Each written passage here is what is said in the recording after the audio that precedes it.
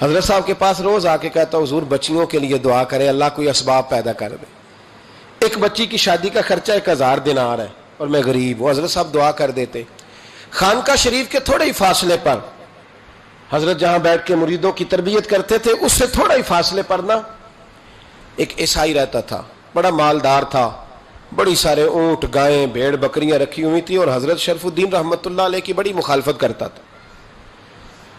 اور یہ جو آپ کا غریب مرید تھا یہ اس کا پڑوسی تھا. ایک دن بلا کے نا ان کو کہنے لگا کہ تو کدھر جا کے جو ہے وہ ٹکرے مار رہا ہے, وہاں سے کچھ نہیں ملنے والا, وہ تجھے کیا دیں گے جن کی خانقاہ خود چندے پہ چلتی ہے, مدرسہ چندے پہ چلتا ہے, مسجد چندے پہ چلتی ہے, تیری بیٹی کا معاملہ کہاں حل ہوگا؟ تو اس درویش نے کہا کہ تو میرے پیر کو نہیں جانتا, تو مجھے میرا محبوب نہیں ڈٹھا, تو پتہ نہیں نا, تو اس رستے کا مسافر نہیں, تو نہیں جانتا, ان کا بس چلے نا تو وہ ہر قیمت میں میری بیٹیوں کی شادی کرا دے. اب وہ عیسائی تھا, کہنے لگا اچھا چلو ٹھیک ہے, اگر اتنی بات ہے نا تو جاؤ ان سے جا کے کہہ دو کہ 6 سال کے لیے میرے ساتھ معاہدہ کر لیں, وہ میرے جانوروں کو چارہ ڈال دیا کرے, 6 سال ڈیوٹی کرے, میں 6000 دینار دے دیتا ہوں. وہ میرے ساتھ 6 سال میرے جانوروں کو چارہ ڈالے, رکھتے ہیں نا اب چارہ ڈالنے کے لیے ایڈوانس پیسے دے کے, اب تو لوگ انہیں بھی غلام ہی بنا لیتے ہیں, بڑی تھوڑی تنخواہ دیتے ہیں, ظلم کرتے ہیں, پورا معاوضہ نہیں دیتے. حضرت شیخ شرف الدین کے بارے میں وہ کہنے لگا جا اپنے پیر سے جا کے کہہ کہ میرے جانوروں کو 6 سال چارہ ڈالے, میں 6000 دے دیتا ہوں, تو جو کہتا ہے ہر قیمت پہ جانے کو تیار ہے. اس نے جب یہ بات کی تو مرید نے ناراض ہو گیا, وہ لڑائی ہو گئی, گریبان پکڑ لیا, جھگڑا ہوا, بات بڑی دور گئی. اس طرح کی بات کرتا میرے حضرت کے بارے میں, تیرے جیسے کئی میں وہاں کام پہ رکھا دوں. جب وہ بڑی بحث ہوئی, بات محلے میں علاقے میں پھیل گئی, دنیا نے سن لی تو شیخ شرف الدین تک بھی پہنچ گئی. اس طرح جھگڑا ہوا ہے. لوگ سو گئے عشاء کی نماز کے بعد. حضرت صاحب نے نا سر پہ کپڑا لیا, اس عیسائی کے دروازے پہ دستک دی, وہ باہر آیا, فرمانے لگے لوگ تو سوچ سمجھ کے ملازم رکھتے ہیں, تو نے بھی تو سوچ ہی لیا ہوگا تبھی تو مجھے آفر کی ہے, تو اپنی آفر پہ قائم ہے, واقعی مجھے رکھ لے گا اور 6000 دینار دے دے گا؟ کہنے لگا جا بابا کام کر اپنا. فرمایا نہیں, تو نے اتنے لوگوں میں بات کی, اتنی بحث ہوئی, تو قائم ہے؟ کہنے لگا میں تو قائم ہوں پر آپ نے نہیں قائم رہنا. فرمایا میں سوچ سمجھ کے آیا ہوں. اس نے کہا آپ ڈیوٹی کریں گے, بھینسوں کو چارہ ڈالیں گے؟ فرمایا ایک شرط, بس جب اذان ہو جائے نا تو مجھے رب کی نماز پڑھنے کی اجازت دے دینا, باقی صبح و شام جو تو کہے گا. اگر اس غریب کی بیٹیاں بیائی جائیں تو مجھے اور کیا چاہیے, اس کی 6 بیٹیوں کا بوجھ ہے اس کے سر پہ, تو مجھے رکھ لے. اللہ اکبر. وہ کہنے لگا چلے پہ میرے ساتھ خط بندگی کر لیں. آج کل ہم اسٹامپ کرتے ہیں, اس زمانے میں خط بندگی ہوتا تھا, غلامی کا خط, قاضی شہر کے پاس, یعنی اس کا خیال تھا کہ چلو اسٹامپ کی بات کروں گا تو بھاگ جائیں گے. فرمایا چل میں تیار ہوں. قاضی تک گئے, طے ہو گیا, 6000 دینار دے دیے. حضرت نے مرید کو بلایا, فرمایا پتر یہ لے جا, جا میری بیٹیوں کو روانہ کر دے. کہنے لگا حضور یہ کیا کر رہے ہو آپ, کچھ سوچیں. فرمایا یار جب تجھے بیٹا بنا لیا تو پھر میری پوتیاں تو لگتی ہیں نا, میرا حق تو بنتا ہے نا, جا جا کے ڈیوٹی کر, ان کو بیاہ دے. بات پھیل گئی. بادشاہ بھی عقیدت مند تھا, وہ 12000 دینار لے کے پہنچا. کیا بتاؤں ان رب کے بندوں کا دل کیسا ہوتا ہے, کیا درد ہوتا ہے, کیا رنگ. 12000 دینار لے کے بادشاہ آیا اور آ کے حضرت کو پیش کیے کہ حضور آپ دیں, اس عیسائی کو ڈبل دیں اور جائیں کام کریں. آپ فرمانے لگے تو پیسے دے, شرطیں نہ لگا, میرا جہاں دل کرے گا میں خرچ کروں گا, مجھے تو مزہ ہی اب آنے لگا ہے, ابھی تو لطف آ رہا ہے, ابھی تو ذائقہ آیا ہے کچھ کرنے کا. پیسے دینے ہیں تو دے, پابندی نہ لگا, جہاں میرا دل کرے گا میں. اس نے کہا حضور ٹھیک ہے رکھ لیں. حضرت نے فجر مسجد میں پڑھی, جیب میں 12000 دینار تھے. اعلان فرمایا بھی کسی اور کی بیٹی بھی بیٹھی ہے تو پیسے میرے پاس ہیں. وہ 12000 دینار بھی بانٹ دیا, اور 12000 دینار بانٹ کے نا تو پھر چلے گئے کھیت میں چارہ کاٹنے. اس عیسائی کو کسی نے بتلایا کہ ان کے پاس تو 12000 آیا ہے پر تجھ سے جان نہیں چھڑائی انہوں نے, کہ وعدہ یہ ہوا تھا کہ 6 دیں گے تو جائیں گے, جب تک دیں گے نہیں تیرے گھر میں کام کریں گے.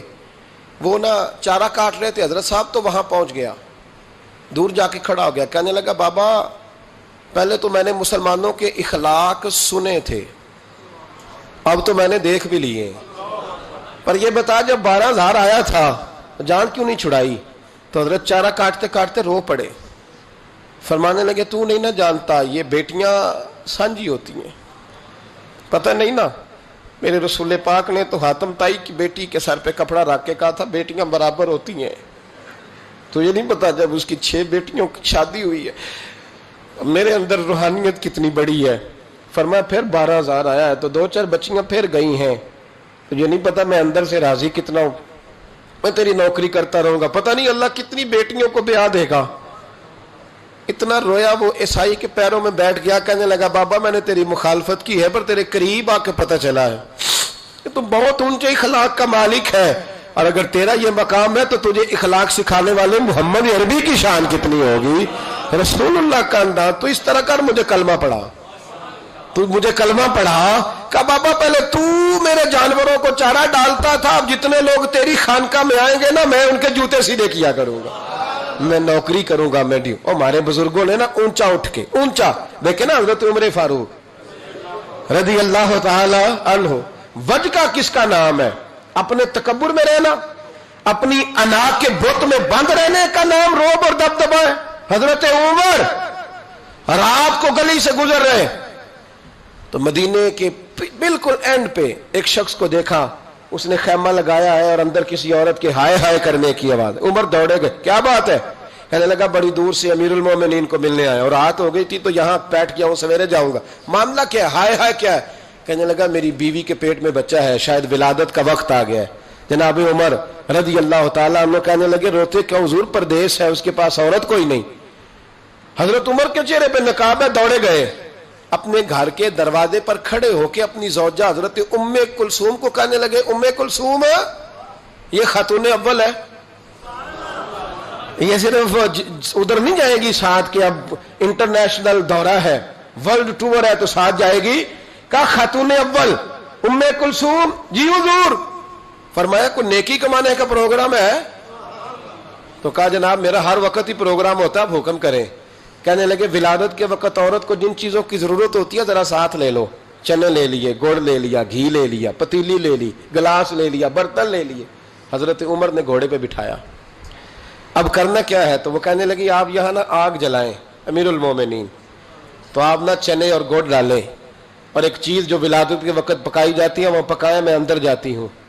اندر بطور دایا، دائی کے طور پر عمر کی زوجہ خاتون اول خدمت کرتی ہیں۔ وہ آدمی کہتا ہے میں نے سمجھا یہ کوئی غلام ہے، عمر نے ڈیوٹی لگائی ہوئی ہے کہ آنے والے رات کے مہمانوں کا خیال رکھیں۔ میں اوئے اوئے کر کے بھی آوازیں دیتا رہا، اوئے یہ پانی دینا، یہ فلاں دینا، جو بے تکلف لے جائے، اوئے کا مطلب بے تکلف لے جائے۔ ادھر آنا بھائی، غلام کو جیسے آواز دی جاتی، کہتے حد ہو گئی۔ جب اندر بچے کی ولادت ہوئی نا، بچہ رویا تو جناب ام کلثوم اندر سے بولنے کہنے لگی امیر المومنین مبارک ہو، آپ کے دوست کو اللہ نے بیٹا عطا فرمایا ہے۔ وہ کہتا ہے میرے ہاتھ میں پیالہ پکڑا تھا پانی کا، جب کہا نا امیر المومنین تو دھڑام سے پیالہ زمین پہ گرا۔ میں نے کہا عمر آپ خود ہیں اور یہ میں تو آیا ہوں تو لوگ آپ کے نام سے کانپ رہے تھے۔ جناب عمر فرمانے لگے رب نے جو مجھے روب دیا ہے نا وہ دوسروں کی خدمت کی برکت سے عطا فرمایا، یہ میرے اندر کی سچائی ہے۔ اور میرے بھائی تھوڑا سا نا نکلے ذات سے، تھوڑی اپنی سوچیں بڑی کریں، ذرا دوسرے کے بارے میں بھی تھوڑا سا سوچیں، تھوڑا دیکھیں کہ آپ کس کو کس طرح۔ میں تو کچھ چیزیں پڑھتا ہوں نا تو وہ ختم کر دیتی ہیں، سفر ہی ختم کر دیتی ہیں کہ اتنا ہی کافی ہے۔ ابن سعد نے لکھا ہے کہ احد کے میدان میں نا جب حضرت امیر حمزہ شہید ہو گئے، کان کاٹ دیے گئے، آنکھیں نکال دی گئیں، وجود کے ٹکڑے ٹکڑے ہو گئے، تو یہ نبی کریم علیہ السلام کے صرف چچے نہیں تھے، حضور کے گہرے دوست بھی تھے۔ 6 مہینے عمر کا فرق تھا، اکٹھے سارا بچپن مبارک گزرا تھا۔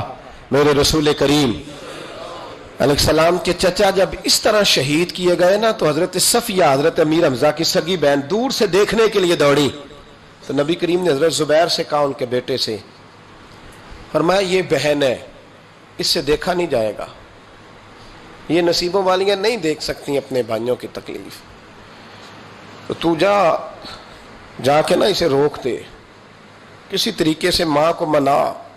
حضرت امیر حمزہ کا چہرہ نہ دیکھے، یہ بڑا پیار کرتی ہے بھائی سے، اس کے لیے تھوڑا مشکل ہو جائے گا۔ حضرت زبیر کہتے ہیں میں نے جا کے اماں کو روکا، میں نے کہا حضور فرماتے ہیں کہ حالت ٹھیک نہیں، آپ نہ آئیں، آپ سے دیکھا نہیں جائے گا۔ تو جناب صفیہ نے نا یوں کر کے آنسو پہنچے، کہنے لگی زبیر نبی پاک نے دیکھا ہے چہرہ؟ کہا دیکھا ہے۔ تو فرمانے لگی میں ہوں سگی بہن، پر امیر حمزہ سے میں نہیں اتنا پیار کرتی جتنا محمد مصطفیٰ کرتے، انہوں نے دیکھ لیا نا تو بہن بھی دیکھ لے گی۔ جناب صفیہ